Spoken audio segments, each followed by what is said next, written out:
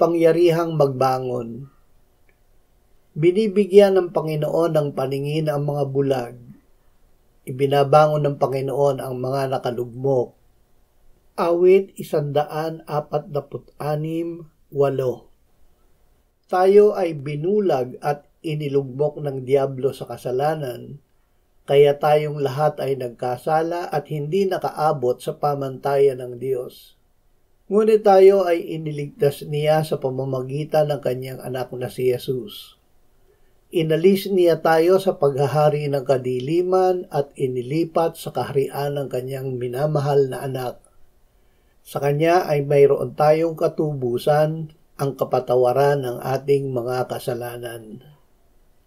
Ama, sanayin mo kami na mamuhay ng buhay na nasa iyo sa pamamagitan ng iyong anak, ang buhay na malaya sa kasalanan, kadiliman at kahinaan. Amen.